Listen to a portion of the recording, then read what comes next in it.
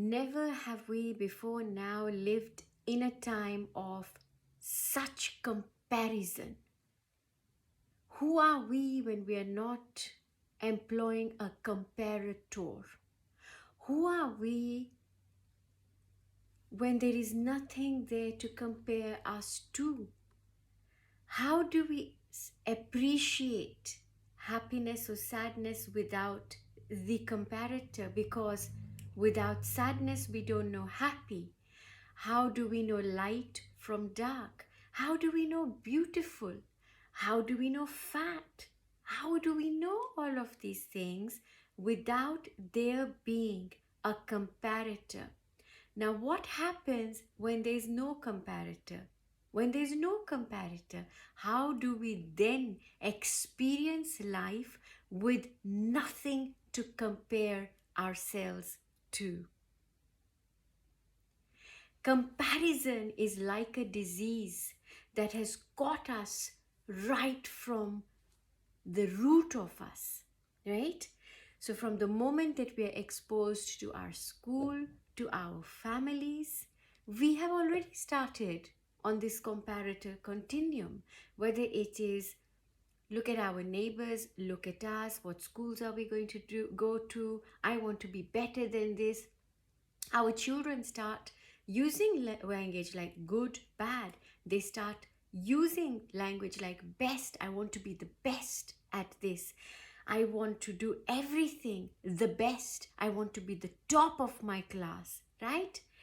So this ingrained sense of comparison is a canker to the soul. It's a canker to our growth. It's a canker to our personal development, because we never really know who we are without the gradation in human society.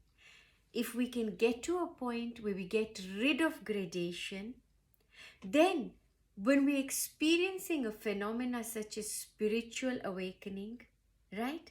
When we are experiencing anything in life, we leave it at that, as opposed to, I've experienced this, have you? I saw orbs of light, did you?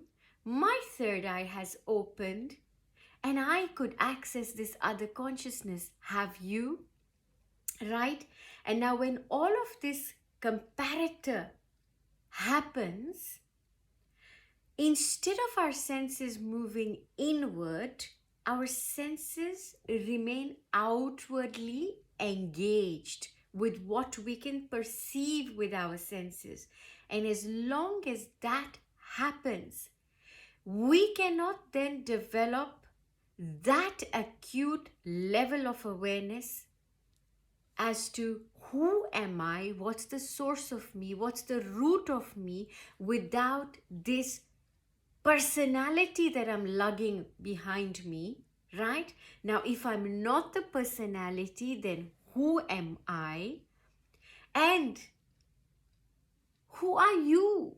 Who are we all without anything, any point of reference?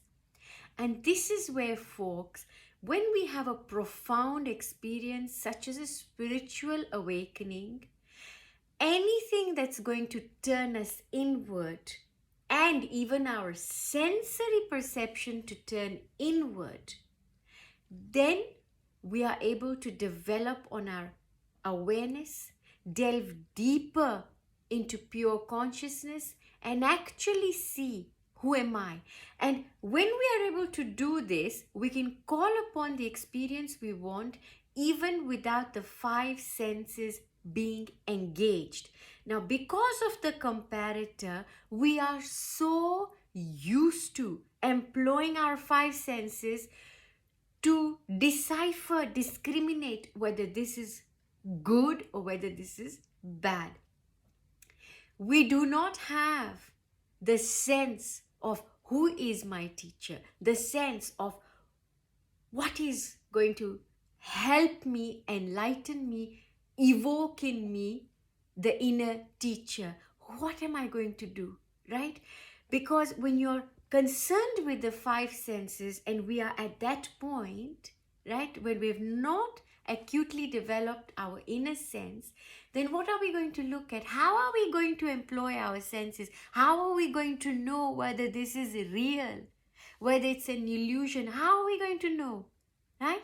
What are we going to do? We're going to go back to the past and the memory bank within us, one, or we're going to see what feels good to us. Yeah, what makes me feel comfortable. And that's, folks, what we now say, what I resonate with. But what is the I in you that is resonating with something? First, identify that is this I devoid of all of these little experiences and all of these conditioning and patterns that we have, right? And is the I that is saying I resonate with this an empty I, an I that wants to get empty? Or is it the I that is still full of past sensory perception, and therefore whatever it is now engaged with, it will judge according to the memory bank of similar sensory perception?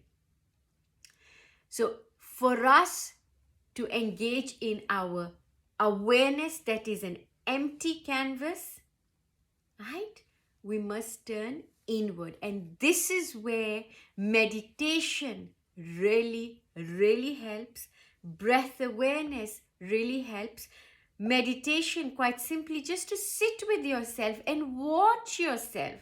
Watch yourself, right? Just sit and see how you're feeling in that, where there are no sensory perceptions. So try to reduce that sensory perception every day and see how you feel when your senses are not so obviously engaged, right?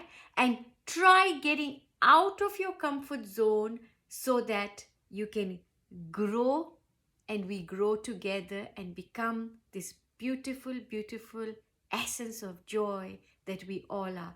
So much love. Thank you for engaging. Lots of love.